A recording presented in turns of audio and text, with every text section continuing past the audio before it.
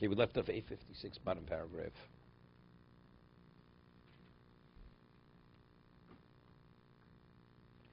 He said he's speaking about how one is able to achieve a natural yearning and desire and feeling of love for Hashem.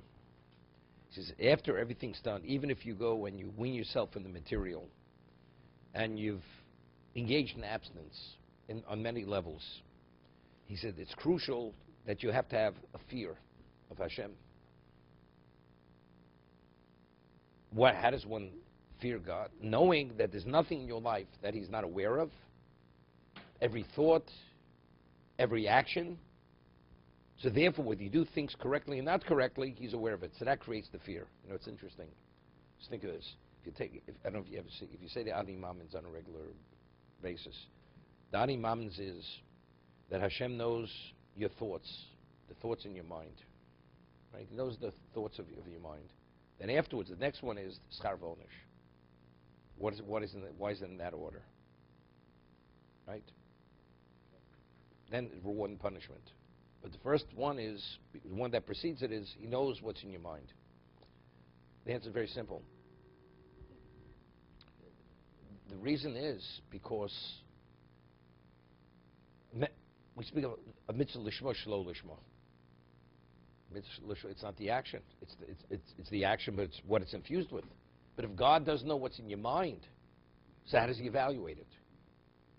If a mitzvah lishma is greater value than mitzvah shlo lishma, or a mitzvah that you do without any, even we spoke lekanter, with a sinister intent, which is even negative, which you get no reward whatsoever.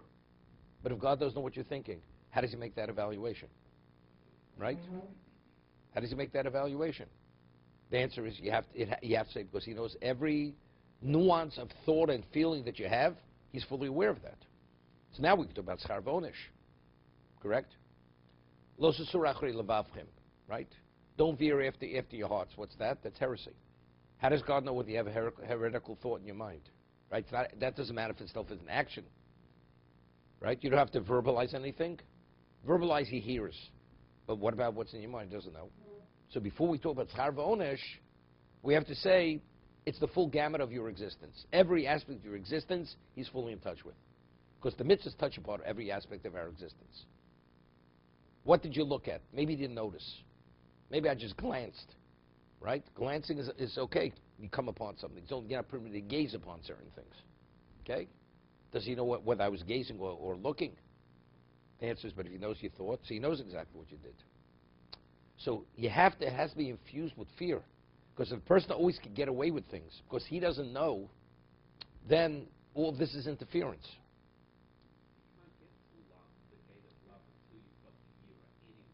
No, because initially your natural inclination will not allow you.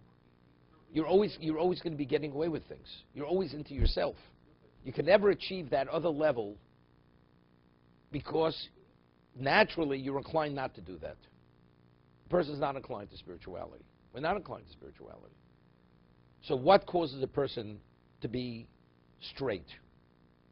You know, spare the rod, spoil the child. If you know there's a rod, then you behave yourself. Now that I understand that I have to do things right, now we can talk about progressing.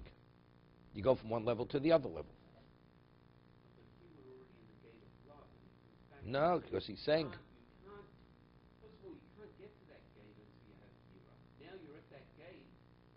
No, first he's explaining, no. He's speaking love in the absolute. Remove just on a theoretical level. He's not speaking on the practical. Then he says, but factually, you need yira before that. Understand that. He says, the most powerful means at your disposal for reaching this lofty level. Otherwise, you're always going to vacillate. You're always going to vacillate.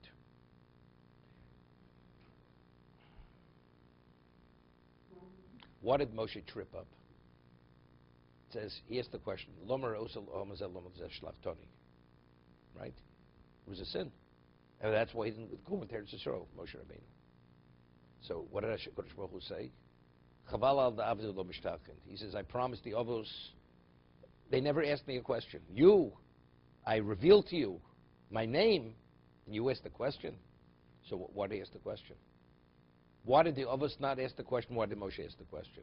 Ernie, maybe believe your son is asking his question, and if you can't answer it, you know, it doesn't reflect well. Okay? Why did what was chaval al da'avdin lo mishkachen? Woe to me that those who are lost and they're no longer found. No. So the goods he saved. What do chaval da'avdin? It's not comparable, and they're not comparable. The two situations. And he says, because I revealed to you my name. The answer is, Moshe Rabbeinu, there was a certain familiarity that Moshe had, which the others didn't have. Hashem kept the others at a distance. Who am I to ask? Moshe felt he has a right to ask. So it was because there was a problem. The fear wasn't there any longer. You know, sometimes you treat a person, you lose sight of the reality of the relationship. That's why Moshe asked the question. Therefore, Kadosh Baruch Hu says, what I've revealed to you, I've never revealed to the others. As a so what is that? Of course, there's tremendous love, but it's misleading. It could be misleading, and you can make the mistake, and that's why Moshe asked that question. So you see, reverence it has to be in place simultaneously when you have love. They both have to be simultaneously playing. But if that's the answer, why did Hashem not say No, because you still should have revered me. Despite that, you should have revered me. No, but I'm saying you're more vulnerable in that context. A king always acts in the most formal way with a person. It's not even consideration that he'll take any liberties in the relationship. But if the king shows that he's willing to be slightly informal, so the person may believe, you know, he can take certain liberties. Well, that was never the intention of the king. To be continued.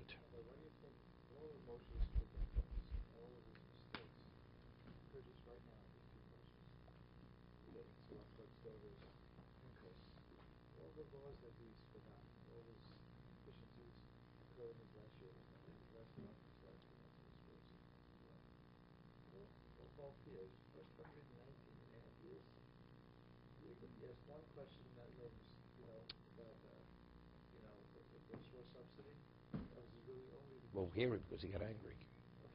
Anger caused him.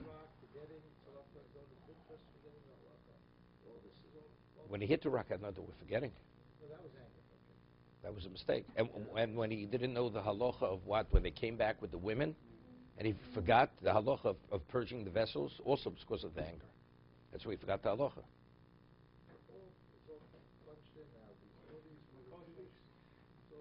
Because the failings were only now. Most of the time, the Jews didn't fail in the desert. It was when we first left, and we were about to go in.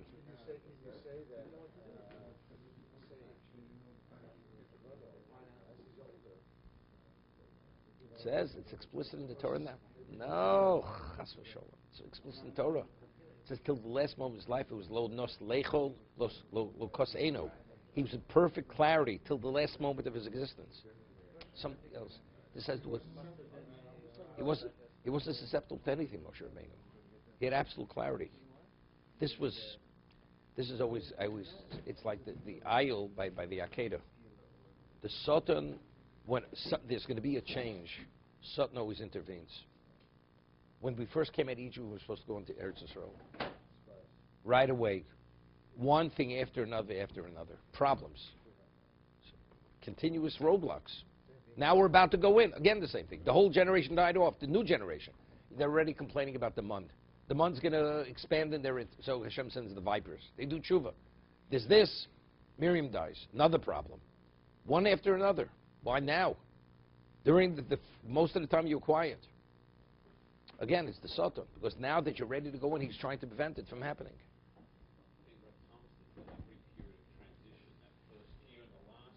It's not just transition. It's transitioned. That's the Rechaim HaKodesh, when this transition. I'm saying because it has to do with Kedusha. You're going to a higher level of Kedusha. Satan always tries to prevent it from happening. Like by the Ayil. It was caught in the thicket. It was coming because Avram would have actualized the Akedah at that moment. The Satan didn't want that to happen.